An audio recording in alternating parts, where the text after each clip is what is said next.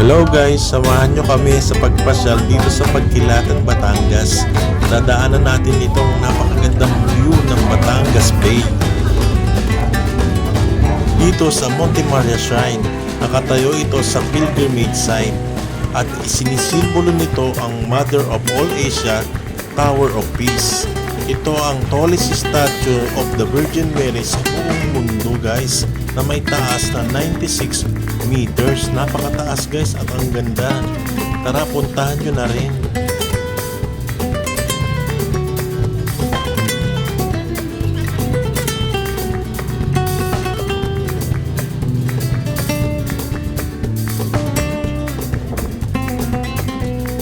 Pag akyat nyo, meron kayong dadaan ng fountain. Ang ganda ng view. Dito, ang daming tao guys. Yun, meron na ring glass walk pero hindi pa siya bukas, sarado pa siya, kaya mas maganda pag pumunta kayo dito, bukas na siya para sulit talaga ang biyahe.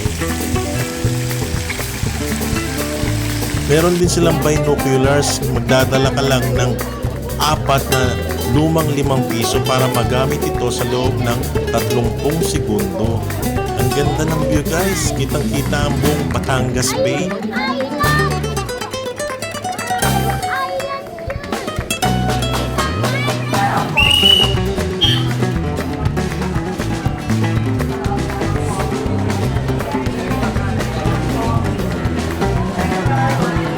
Ayan guys, papasok na tayo sa loob. At sa loob, meron tayong makikitang mini grocery at canteen. Dito pwede ka magpahinga at kumain kung nagugutom ka. Meron din sila mga tindang mga ulam, mga ice cream. Marami kang pagpipilian.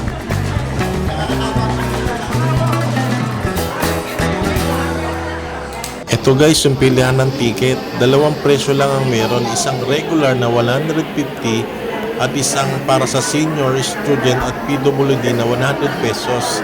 Kailangan mo lang ipakita ang iyong ID.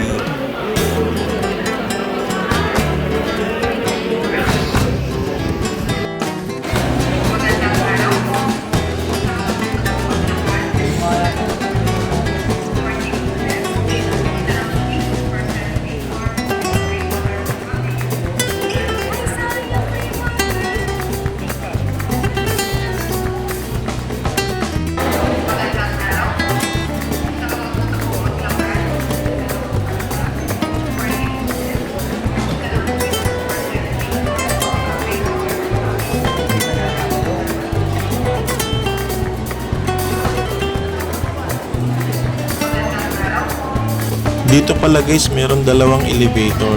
Itong elevator na to ay aabot hanggang 17th floor. Hindi ka nagagamit ng hagdanan. Pero pipila ka sa mahabang pila. At yung isang klase ng elevator naman, hanggang 15th floor lang. Yan, hindi mo na kailangan pumila. Pero gagamit ka ng hagdanan. Yan yung pinagkaiba nilang dalawa.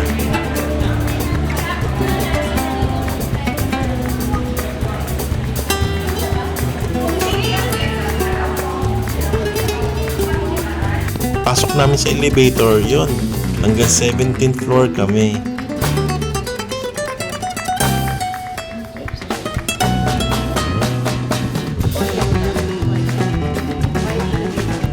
Paglabas, kakaliwa ka lang, bubungad na sa iyo ang balcony ng Monte Maria Shrine para makita ang buong Batangas Bay.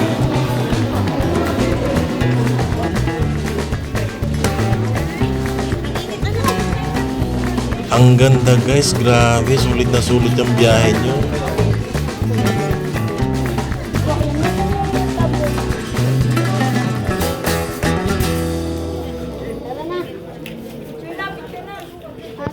Picture ako, send mo sa akin.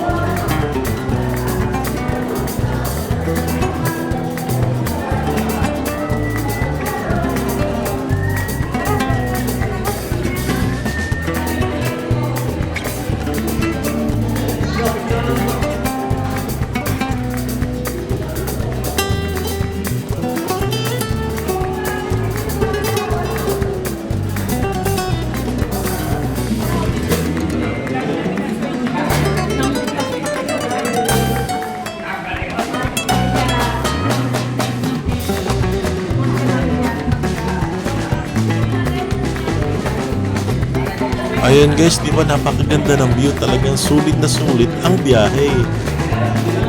Ganito pala ang itsura niya sa baba. At ganito naman ang itsura kapag nasa baba ka. Tanaw mo ang taas. Yung pala guys, kapag pupunta kayo dito, pwede palang iakyat ang sasakyan para hindi na kayo mahirapang umakyat.